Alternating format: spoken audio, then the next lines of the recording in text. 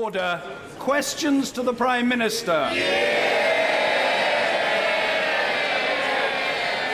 John Glenn. Mr. Speaker, I'm sure that the whole House will wish to join me in welcoming today's employment figures, which show employment at another record high, and the lowest unemployment rate in over a decade, and wages rising. Mr. Speaker, this morning I had meetings with ministerial colleagues and others. In addition to my duties in this House, I shall have further such meetings later today. This afternoon I will travel to Berlin to meet Chancellor Merkel to discuss how we implement the decision the British people took in the referendum, and I expect we will also cover a number of other pressing international issues, and tomorrow I will visit Paris for similar discussions with President Hollande. John Glenn. Can I warmly welcome the Prime Minister to her place?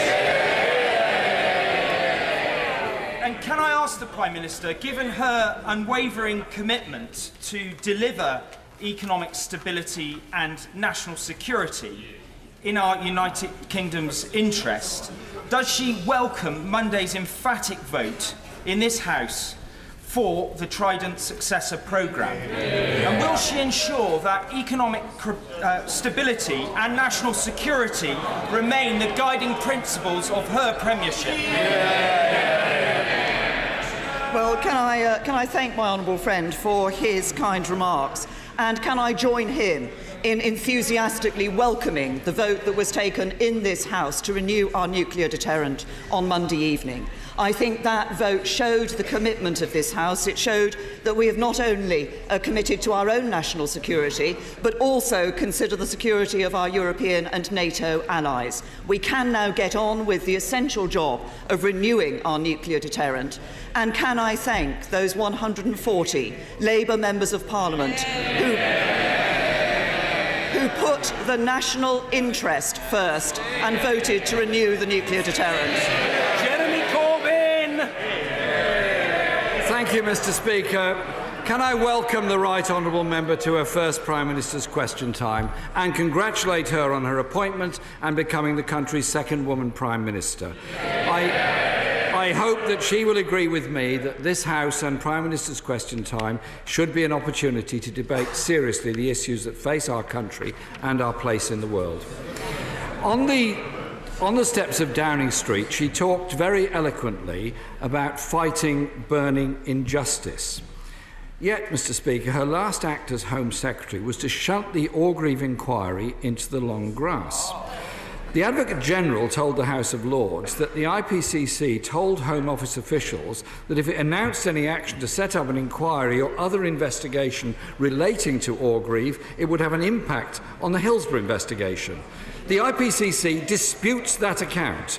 I hope Parliament wasn't misled, and will the Prime Minister now proceed with a full public inquiry into the terrible events at Orgreave? Well, can I thank the Right Honourable Gentleman for the welcome that he has given me? Can I say to him, he refers to me as the second woman Prime Minister. In my years here in this House, I've long heard the Labour Party asking what the Conservative Party does for women. Well,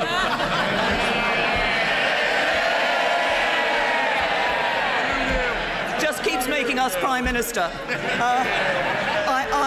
I welcome the comments he's made about Prime Minister's questions. We do debate serious issues in Prime Minister's questions. I look forward to the exchanges he and I will have, and I hope we will be having those exchanges over this dispatch box for many years to come.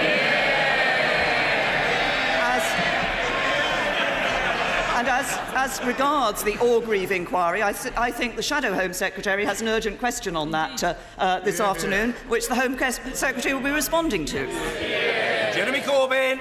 Thank you, Mr. Speaker. The new Prime Minister also said on the steps of Downing Street, if you're young, you'll find it harder than ever before to own your own home.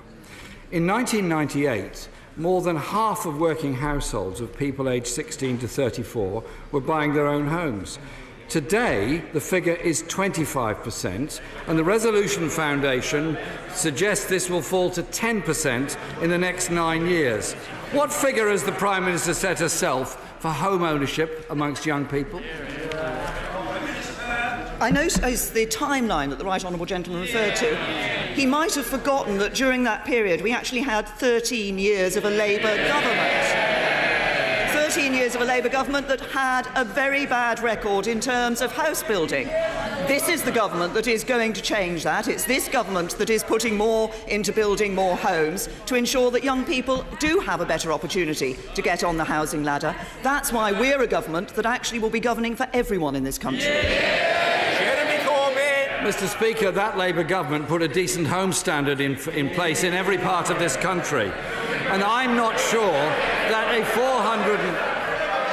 I'm not sure, Mr. Speaker, that starter homes at £450,000 for young people earning 7% less than their parents' generation is actually a very good prospect for people owning their own homes. The Prime Minister is rightly concerned, Mr. Speaker, and she said this: if you're black, you're treated more harshly than if you're white. So before appointing her new Foreign Secretary, did she discuss with him his description of black people as piccaninnies and why he questioned the motives of the US President Obama on his part Kenyan heritage? Well, the right honourable gentleman started his question by making reference to the issue of starter homes and the upper limit in London of the £450,000. And I've sat on these benches and heard him raise that with my right honourable friend, the member for Witney, when he was Prime Minister on a number of occasions. Can I just explain this to the Leader of the Opposition? If you look at house prices across the country, they vary. In Liverpool, the average house price is just over £116,000. In London, the average house price is just over £676,000. That's why we have a higher limit for the starter home figure in London. If he objects to that, then he needs to tell his constituents why he is against them having opportunities to get on the house. He refers to the remarks I made, and it is correct that if you are black, you will be treated more harshly in the criminal justice system. It's exactly why, as Home Secretary, I dealt with the issue of stop and search. I was concerned to make sure that nobody should be stopped and searched on the streets of this country because of the colour of their skin. I did that as a Conservative. 13 years of Labour did nothing on it. Mr. Speaker, my question was actually about the language used by the Foreign Secretary. Earlier this week, the new Chancellor abandoned the government's budget surplus target, as Labour has long called for. Her government is already missing its targets on debt, deficit, welfare cap and productivity. 6 years of government austerity has failed. The long-term economic plan is clearly dead. Is there a new one? No, it's the long-term economic plan that has actually delivered the record level of employment that we see today. And perhaps I could just put the right honourable gentleman straight. We have not abandoned the intention to move to a surplus. What I have said is that we will not be targeting that at the end of this Parliament. But he uses the language of austerity. Can I just say this to him? He talks about austerity. I call it living within our means.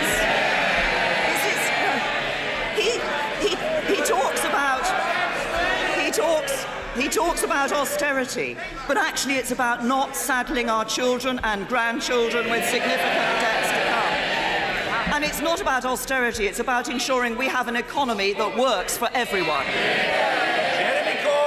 Mr. Speaker, jobless claims have risen for the 4th month in a row. Welfare claims have risen as well. Austerity actually means people being poorer, services being cut and local facilities being closed. In her speech on the steps of Downing Street, she also addressed insecure workers, saying you have a job, but you don't always have job security. Does that mean to those people that are worried about their future in work, I'm talking of the people that sent us here to serve them. Does that mean that she's proposing to scrap the employment tribunal fees, repeal the Trade Union Act, or ban zero-hours contract, as more than a dozen European nations have already done? That would help to give greater job security to many very worried people in this country.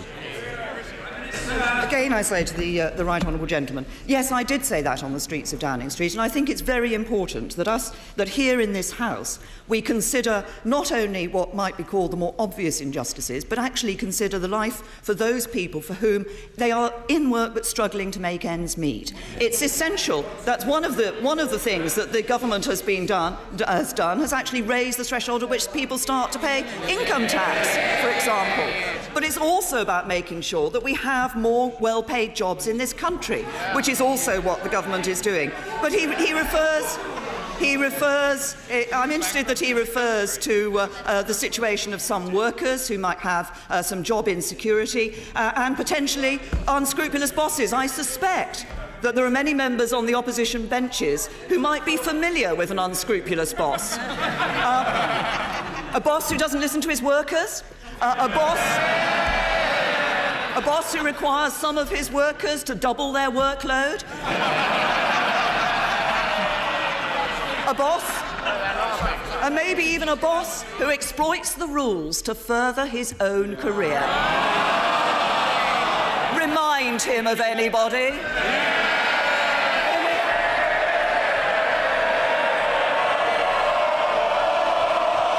Mr. Speaker, we are sent here to represent people, and there are many people in this country struggling with insecure jobs, with low wages. I know this is very funny for all Conservative members, but I do not suppose there's too many Conservative MPs who have to go to a food bank in order to supplement their family table every week. I think we should reflect on those things. The Prime Minister highlighted the failures of her predecessor on social justice, home ownership, education and the cost of living. Some might say that as a Cabinet Minister she too was responsible for that. But she empathised with working people when she said, "I know you're working round the clock, I know you're doing your best, I know that sometimes life can be a struggle." Yesterday, the Institute of Fiscal Studies found that 2/3 of children living in poverty in Britain have at least one parent in work. What, other than warm words, is she going to offer those families, those children who are hungry often and very insecure in their living? Isn't it our duty to offer some hope and security to them? Yes, it is, and we are concerned about those people. But the answer is not the Labour Party's answer of unlimited, uncapped welfare for people.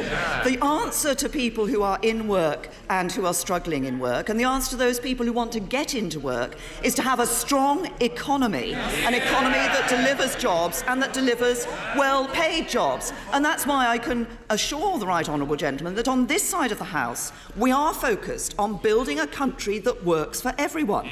That's an economy that ensures that everyone can benefit from the nation's wealth, a society where everyone gets the opportunities they deserve, and a democracy that everyone can have faith in. And finally, I would just say to the right honourable gentleman, the Labour Party may be about to spend several months fighting and tearing itself apart. The Conservative Party will be spending those months bringing this country back together.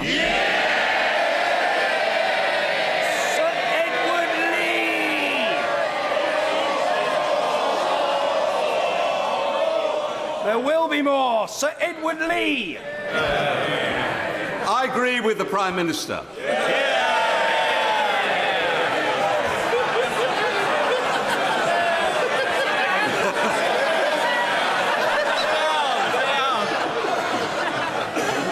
We're leaving the EU and we're going to make a success of it.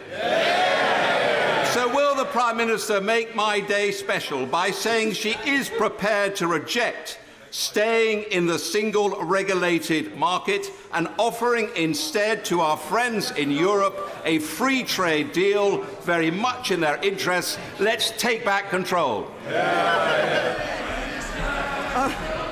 I'm tempted to say, Mr. Speaker, that after that I probably ought to sit down and enjoy that just for the rest of the day. My honourable friend has made my day. Can I make his day, I hope, by wishing him a very happy birthday today? And can I assure him that as we look at the result of the referendum, I'm very clear Brexit does mean Brexit. As he says, we will make a success of it. What we need to do in negotiating the deal is to ensure that we listen to what people have said about the need for controls on free movement, but we also negotiate the right deal and the best deal of trade in goods and services for the British people. Mr. Angus Robertson. May I begin by extending congratulations to the Prime Minister on her first outing at Prime Minister's Questions, and ahead of her travels to Berlin. German Vice-Chancellor Sigmar Gabriel has already confirmed how Scotland is able to remain in the European Union. Did the Prime Minister discuss this when she met with First Minister Nicola Sturgeon when she was in Edinburgh? And will she do everything to ensure that remain means remain for Scotland? Can I thank the right honourable gentleman for his welcome, and also can I thank him for the comments that he made in Monday's debate and for the recognition that he showed of the support from my husband Philip. And as he said then, we all rely on support from those around us to do our jobs, and we should never forget that. I did discuss the arrangements in relation to the negotiations for the United Kingdom leaving the EU with the First Minister. I was very pleased that my first trip was a trip to Scotland and that I was able to do that so early in my premiership. As I've been very clear, the Union is very important to me. And I was also clear with the First Minister that I think that there are some ideas that are being put forward that are impracticable, but I am willing to listen to the options that are brought forward, and we will be engaging fully with all the devolved administrations. Angus Robertson. Speaker, Germany has the highest level of support of any continental European country for Scotland remaining in the European Union. So would the Prime Minister thank Chancellor Merkel for the interest of the members of her government and members of the Bundestag, their interest in having Scotland remaining within the EU? And will she assure the Chancellor and other heads of state and government that we in Scotland will do everything that is necessary for us to remain in the EU? Say to the right honourable gentleman, because this is a line that he has been taking for some time, he took it with my predecessor, I do find it a little confusing, given that only 2 years ago in the Scottish referendum, the Scottish National Party was campaigning for Scotland to leave the United Kingdom, which would have meant them leaving the European Union. Daniel Kaczynski. Thank you, Mr. Speaker. We all stand with the people of France, and particularly Nice, following the appalling terrorist act there last week.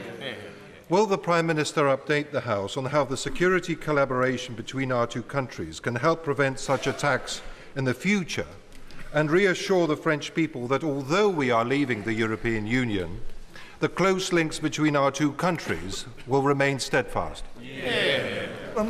My honourable friend raises a very important topic, and as has been said in this House before, our thoughts are with all the people of France on the appalling attack that took place in Nice last week. We continue to work with the French authorities, both in the, obviously in the aftermath of that attack, but my honourable friend is right that we need to continue our security cooperation with France and indeed other European countries. We will not be cowed by terrorists. We both face the same threats, and we need to work together in order to defeat those threats. And I can absolutely confirm that, yes, the United Kingdom will leave the European Union, but the United Kingdom is not leaving Europe, and our cooperation will continue. Jamie Reid. Thank you, Mr. Speaker, and can I welcome the Prime Minister to her place, and can I wish her well in healing the country in the months and years to come. After all, it is she and her colleagues who have so bitterly divided it. And can I thank her too? Can I thank her too, Mr. Speaker, for her wholehearted support and endorsement for official Labour Party policy on Trident. It's such a refreshing change to hear that from the dispatch box. And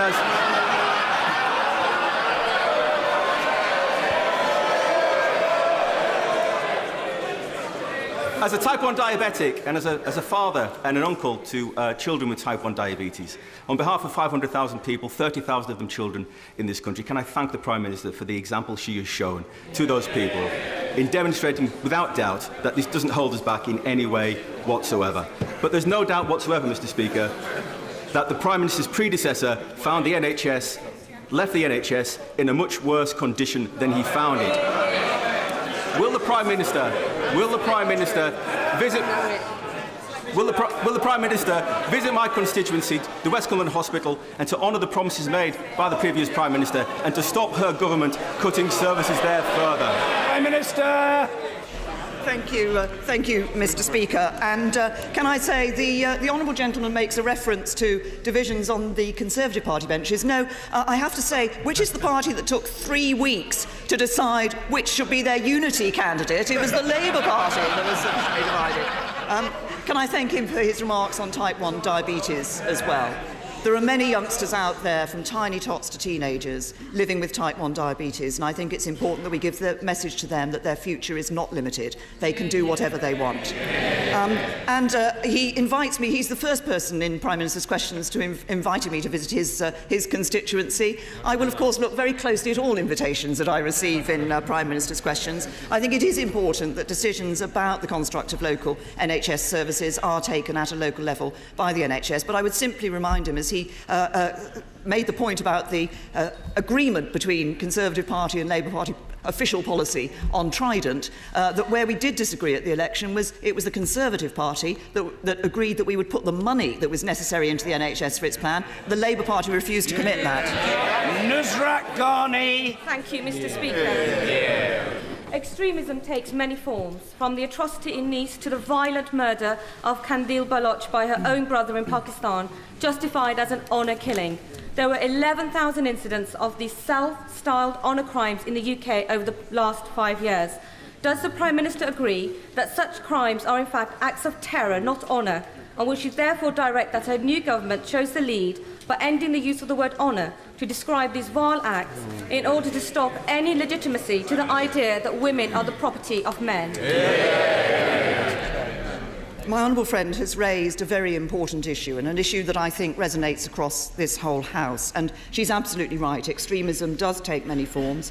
That's why in the government's counter-extremism policy, we're looking very widely across the breadth of issues of extremism, including looking at tackling the root causes of some practices within communities, such as the so-called honour-based violence. And just to say, I absolutely agree with her. There is absolutely no honour in so-called honour-based violence. It is violence and a criminal act, pure and simple. Julie Cooper.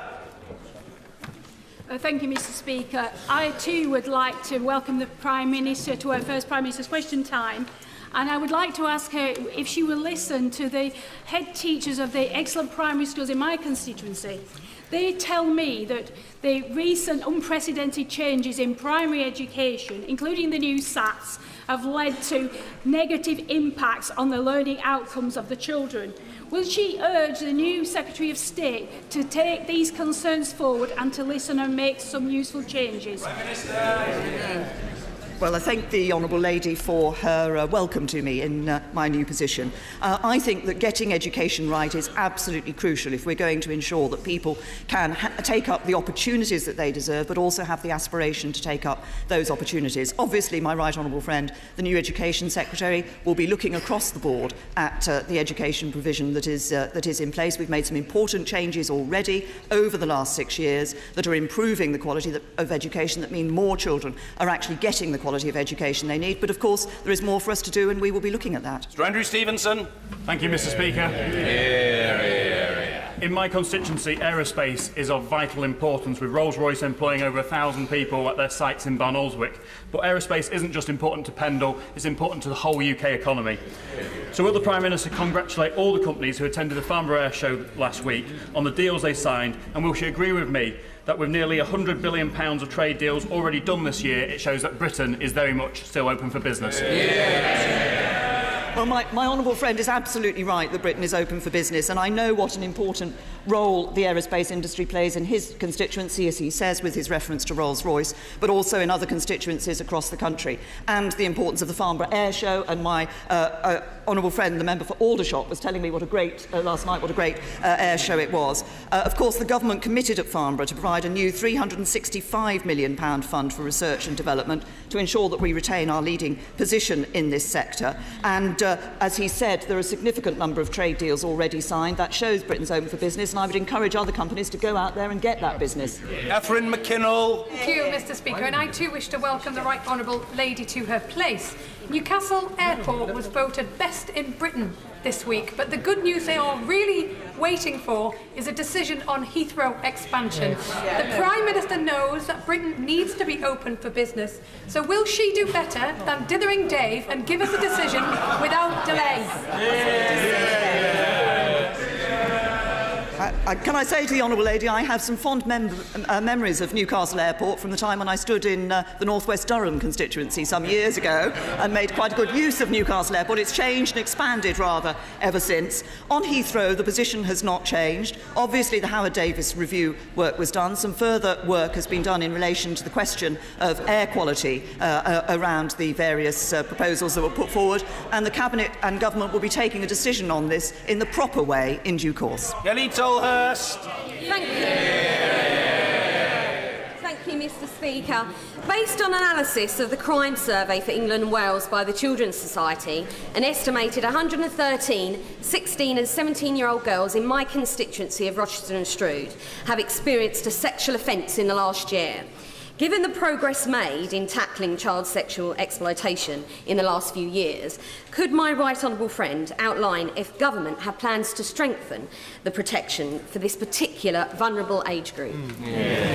Well, my honourable friend raises a very important issue. We saw, obviously, in recent times, the appalling circumstances in Rotherham in relation to child sexual exploitation. But as my honourable friend has shown, actually, in every constituency in the country, there are young people who are being subjected to sexual offences of various sorts. And that's right, why since Rotherham the government has been working with all agencies, appropriate agencies, to ensure that we put greater support in place. So we've provided an extra £7 million in funding to ensure victims of sexual abuse receive the right support, launched the whistleblowing helpline to help authorities spot patterns of behaviour that will spot patterns of failure, and made child sexual abuse and exploitation a national threat. So police forces have a duty to collaborate to tackle this terrible crime. But we also, in the coming months, will be strengthening our arrangements. We're all appalled by child sexual abuse, and we need to carry on making sure that we eradicate child sexual abuse. Imran Hussain. Thank you, Mr. Speaker. In her first statement on the steps of Downing Street, the Prime Minister stated that she would lead a government that would work for every one of us. Since she became Prime Minister, I have tried unsuccessfully to get assurances on the continuation of the Northern School Strategy, along with the 80 million that was set aside for the Northern schools. Will she therefore give me that commitment today so that children in Bradford and the North can have the same chances as those in London and the South? Well, it is important that we ensure that across the country children are getting the opportunities that they deserve, and the quality of education they receives an important part of that. And the review that has taken place, which was launched in March by Sir Nick Weller, obviously is making recommendations to address this particular issue. What I can assure the honourable gentleman of is that my right honourable friend, the Education Secretary, will be looking very carefully at the results of that review, and obviously will make the position in which the government is going to take in response to those recommendations clear in due course. Stuart Andrew. Mr. Speaker, growing up on a council estate, it was tough coming out as a Conservative.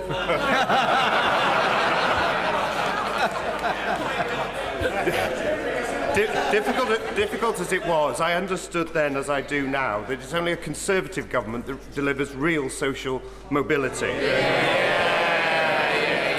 Does my right honourable friend agree with me that it's the job of this government to fight for such opportunities for the people of Britain, because the party opposite are too busy fighting each other?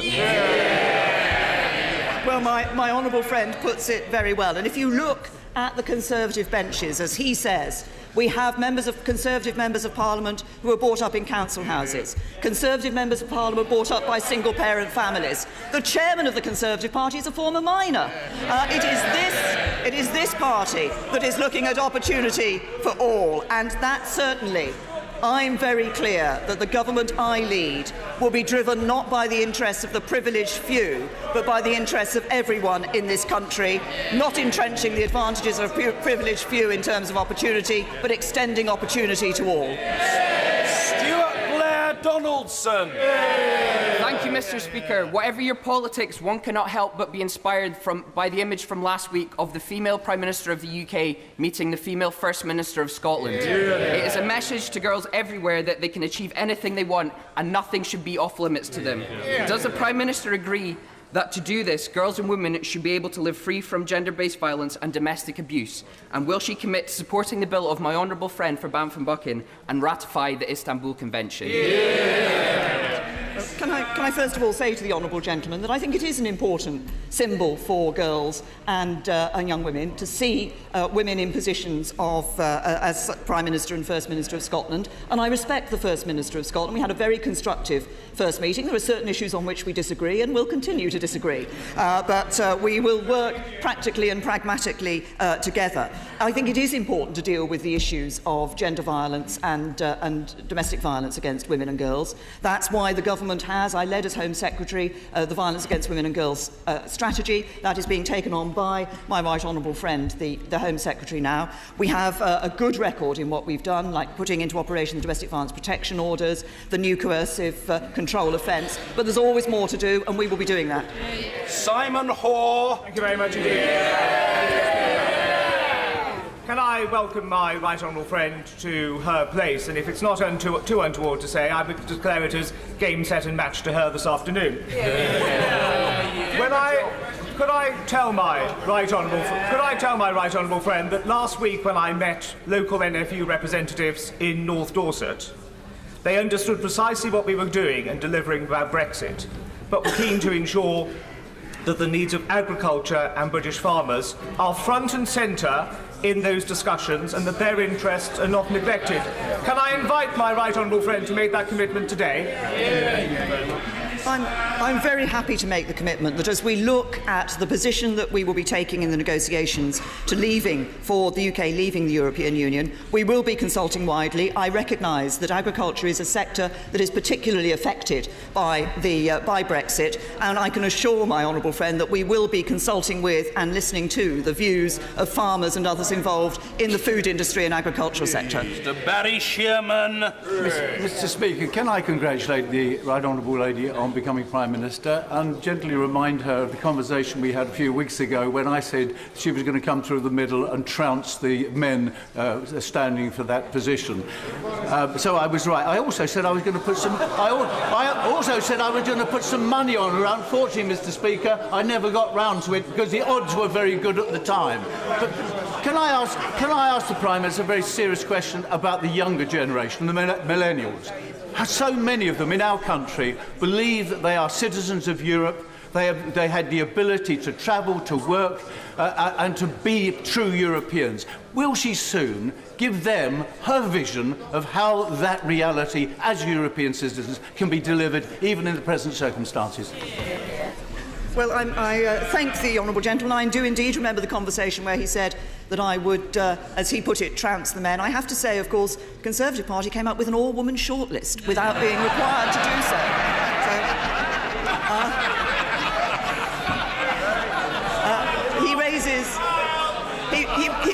He raises an important point about the younger generation, and what I would say to young people today is this. As I said in response to my honourable friend, the member for Shrewsbury and Atcham, a little earlier, we are leaving the European Union, but we're not leaving Europe. We will be setting out what our negotiating position in relation to the relationship with the European Union when we leave will be over the coming weeks and months. But I would also say this to the young people that he talks about. Actually, we shouldn't be limiting their opportunities and their horizons by just looking at Europe. This country will be making a success of Brexit because we will be out there in the world as an outward-looking, expansive country with opportunities around the globe. Mr. Philip Davis. Can I very warmly welcome the Prime Minister to her post. Unlike dithering Barry opposite, I did place a bet on her becoming the next leader. And I apologise, Mr. Speaker, for clearly having my phone off when she was calling me to join her government. The reason why the people of Yorkshire overwhelmingly voted to leave the European Union was largely due to controlling immigration. Can the Prime Minister reassure the people of Yorkshire that when we finally do leave the European Union, she will insist on keeping her original promise to get the immigration figures down into this country to the tens of thousands? I say to my honourable friend that I am very clear that the vote that was taken in this country on the 23rd of June sent a very clear message about immigration, that people want control of free movement from the European Union. And that is precisely what we will be doing and ensuring that we get in the negotiations that we will be undertaking. I also remain absolutely firm in my belief that we need to bring net migration down to sustainable levels. The government believes that that is tens of thousands. The government believes that that is tens of thousands. It will take some time to get there, but of course now we have the added aspect of those controls that we can bring in relation to people moving from the European Union. Finally, Mr. Tim Farron. There you go. Thanks. Well, you're all, Mr. Speaker, you're all very, very kind. Can I genuinely, warmly welcome the Prime Minister to her position and reflect that she has come a long way since we were on the hustings together in North West Durham. She will reflect that she is possessing greater support in this chamber than either of us got in Concert Working Men's Club.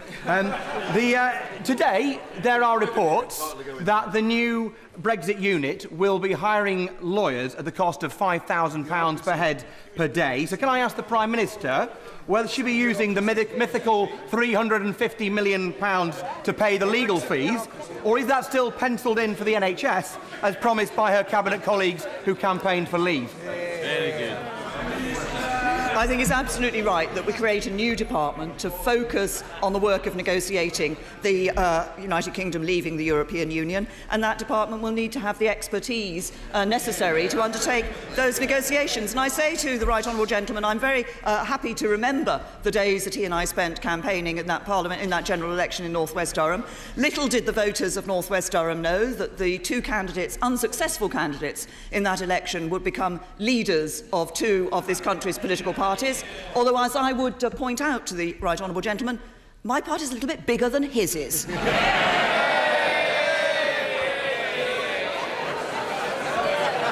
Order!